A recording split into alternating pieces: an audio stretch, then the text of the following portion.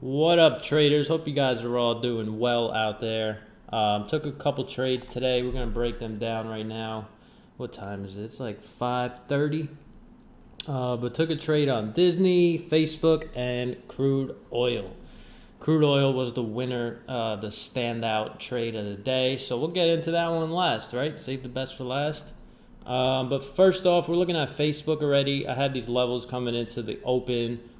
Basically, this pre-market little channel that was building, and then coming into the open, we still remained inside of that little channel that was built pre-market. So I had 142, we'll call it, as a level, and then 138 and a half, we'll call that. So coming into the open, this thing started moving up, up, up. First off, I guess we should start off with S&P rather, just to give you an understanding of the markets, how we did today. But coming into the open, we had a let's rewind a little bit. We'll start with S&Ps. I didn't take any trade on the S&P, but this is kind of the indicator of the markets. So coming into the open, we were lock limit down, right? We were lock limit down from the overnight session. So if you're on the live stream, I was saying, hey, the initial value is probably going to be to the upside since we got a huge down move. We're down 5% already coming into the open. This thing was lock limit down. We're probably going to get a gap down and then, move back towards the upside to correct some of these overnight shorts. And that's what happened. So coming into the open, we gapped down like 40, 50 points from that lock limit level. The lock limit was like 23.93, and then we gapped down to 23.43. So yeah, 50-point little gap down right there. And then this thing was like one tick away from that 7% next limit lock, but that didn't get hit right there at the open. It got hit later in the session around like noon. But yeah, coming into the open, we're looking for a correction of these overnight shorts. So we're looking for some moves to the upside. Just because we're in a bear market doesn't mean we can't make some money on the long side as well. This market, in a bear market, you're going to get rips to the upside like you've never seen before. So there's potential, there's profits to be made on both sides still. We're getting these massive ranges, and that offers a lot of opportunity on the long side and the downside. But this market's just been like whipsawing, up 5% one day, down 5% the next day. So tomorrow we can probably expect this thing to go up another 5%, since today was pretty damn bad. But I didn't touch the futures. It's kind of hard to get involved on the futures and hold a position. It's still manageable. You just got to be careful and get in at the right spots. But yeah, that's what happened right there at the open. We were looking for a little correction of these overnight shorts. We got that. And I was looking at Facebook. This is how I played it on Facebook. All right. So same kind of thing. Overnight, gap down. This is going to offer some opportunity back to the upside. Okay. So once it broke 141.94, or let's just call it 142, this is where I started to get in. If I pull up my trades, you could probably see that.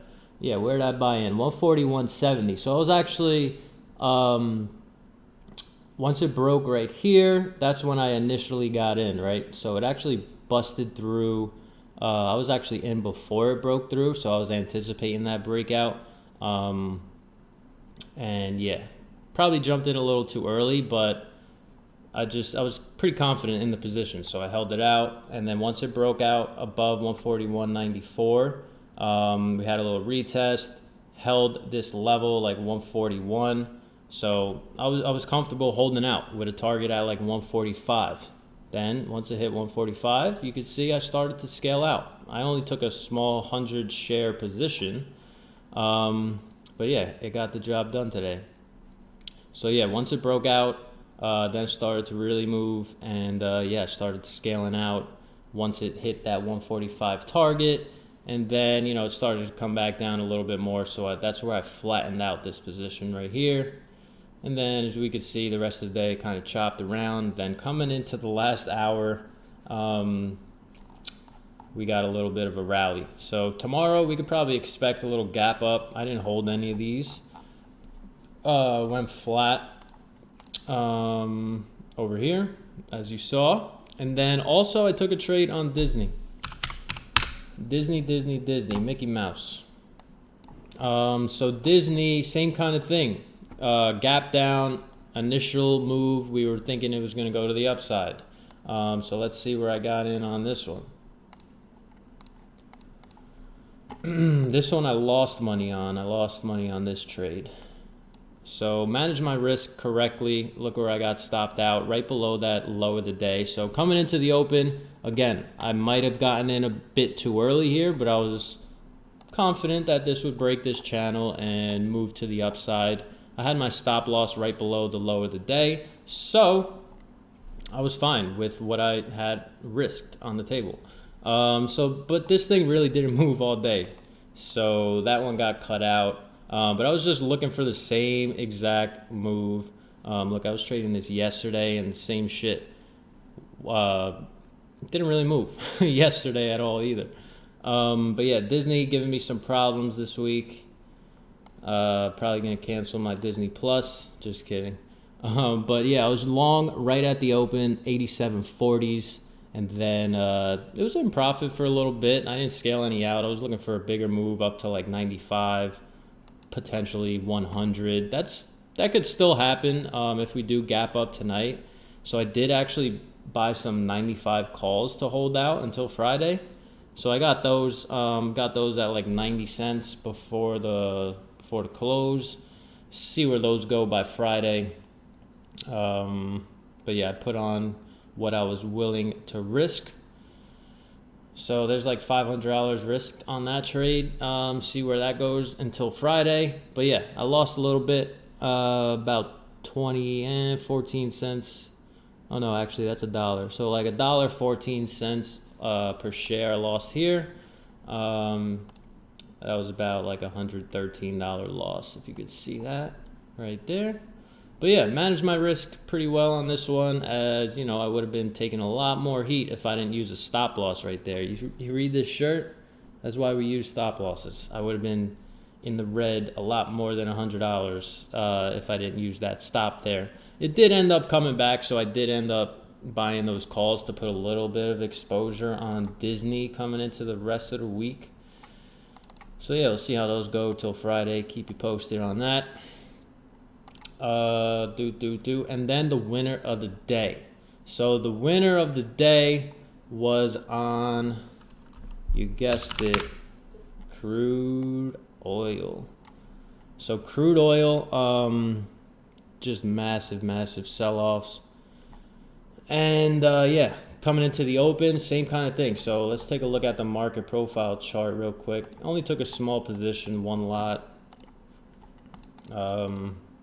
Probably should have went a little heavier on this one. Yeah, coming into the open, this thing was just selling off overnight. So we were looking for a little bit of a correction. Same thing, S&P, looking for a correction of these overnight shorts.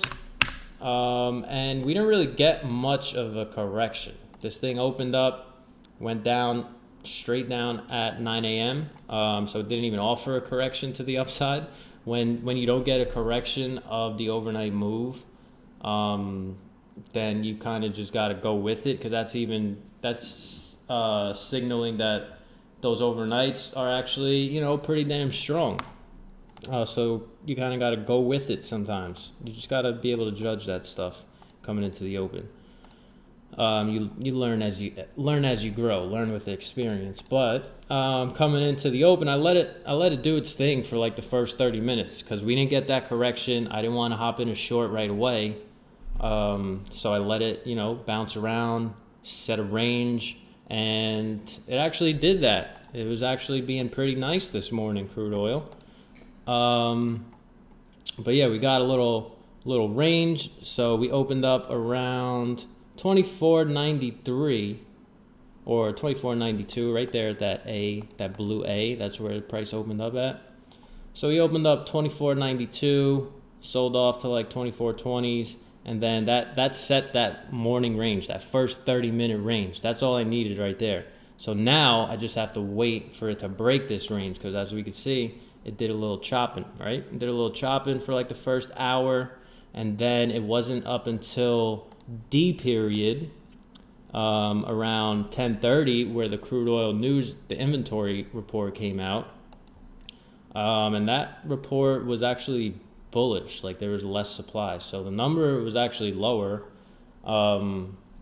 But, you know, with all the Saudi Arabia, that's taken more of an impact on the markets than that Wednesday number. So I saw that, and the sell-off continued on that news. And that was more of a confirmation, hey, this thing is actually very fucking weak. And right there at D period around 10:40 is where we got the break. So we got a break of that 24, what did we say, 24.20 was like the bottom of A period. Yeah, 24.20, and boom, that was the entry right there. Once it broke that morning 30-minute or first hour range, once it broke that range, then that's when I knew this thing was getting ready to start trending lower. And I took the short right there. Let's take a look at how I managed it, which was pretty shitty. But yeah, as you can see, took one at 24.12 right there, around like 10:50. And then I had a lower target at 23 even. And what did I do? I impulsively got out around 23.56. Why? I don't know. But, you know, shit happens. And I can't complain with 60 ticks, or close to 60 ticks, in about 15 minutes. So, I mean, yeah, I left a lot on the table on this one. I was in from 24. The thing went down $4 whole from there. So yeah, that sucks. But what are you gonna do? Cry about it? No. Still made money. But yeah, not the best exit, and I blame it on me going into too small. So if I had multiple contracts, I guarantee you I would have got out only one of them or a couple of them right here, and then let a couple run. But yeah, we all make mistakes, right? This just so happened to be a mistake that made me money. But yeah, that was the trade on crude oil. Crude oil is just getting hammered, and it's all because of the Saudi Arabians fucking with the crude oil supply, because they want to be big bullies. They're bullying everyone. They want to just get all the small guys out of the game, and then at some point they're going to come back and say, hey, we're ready to make a deal, cut the production, and then once that happens, we'll soar back up to 40 in no time, or 30 at least. But yeah, that was the crude oil trade. That was the Disney trade. That was the Facebook trade. I got some Disney calls. Gonna hold those, see how they go until Friday's expiry. But yeah, that's pretty much how the day went. No forex trades. Didn't catch any at New York Open, so I didn't want to chase anything else. I didn't want to chase anything later in the day, as you know, everything was already moving and everything else was stuck in a range. So I didn't send out any forex alerts. But yeah, that's how the day went. Nice green day. Surviving out here. But yeah, if you want to get inside the chat, I'll put the link down below. Pretty much every day you can watch me trade live, and then I'll also be in the chat room. So every day I go live from like 9 a.m. Eastern to around 11 a.m. Eastern, and you pretty much get in on these trades with me. I call them out live as I am, sharing my screen, talking just like you're watching this video, except it's live. So you're seeing them real time, me getting into the trades like that. So you could get into, just go to the link down below this video, and yeah, you'll get instant access to the chat room. So you'll get the chat room, you'll get access to my live streams, you'll get access to these trade review videos, and yeah, you'll pretty much get access to me all the time because I'm always in the chat room. especially now during these times. But yeah, get into that chat, and I'll see you guys tomorrow on the live stream. Stay safe out there. Peace.